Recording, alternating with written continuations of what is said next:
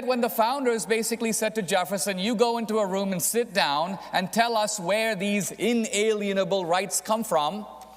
Jefferson comes back and he doesn't say, well, they come from the social contract.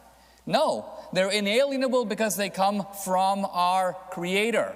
We are endowed by our Creator with inalienable rights.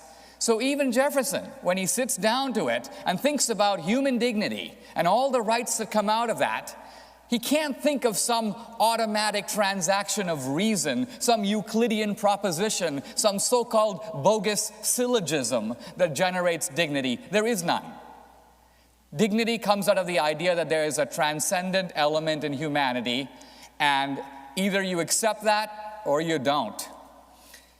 If you look at the great social movements of American politics, not only the movement that led to the founding, which was driven in part by the First Great Awakening, but the movements that led to the temperance movement, the suffragette movement, the civil rights movement, the anti-slavery movement, they were not only waves of religious revival that often preceded and sometimes accompanied these movements, but the arguments in favor of these causes were made in explicitly religious terms.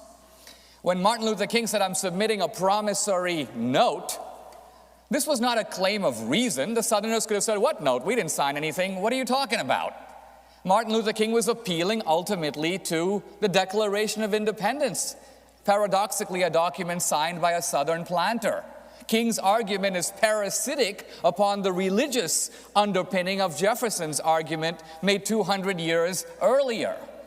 So does it, in the wake of all this, even make any sense to talk about, does Christianity have a role in American politics, to turn Susan Jacoby's question on its head? If you were to subtract the influence of Christianity from the West, what would be left? If you were to subtract it from America, no founding, no Declaration of Independence, no anti-slavery movement, no civil rights movement. So the fact of the matter is that Christianity has had an incredibly powerful, and I would argue on the balance, powerfully positive role in shaping American life and American politics. Even the atheist is standing on a Christian mountain. When the atheist talks about science, which should not escape our attention that what we call science is a Western phenomenon. It developed in Western civilization and not in other cultures. Now, why is that? It developed because in the West we have had this idea of the rational universe. And the rational universe, the idea that the universe operates according to laws, is an idea rooted both in Athens and in Jerusalem. Thank you very much.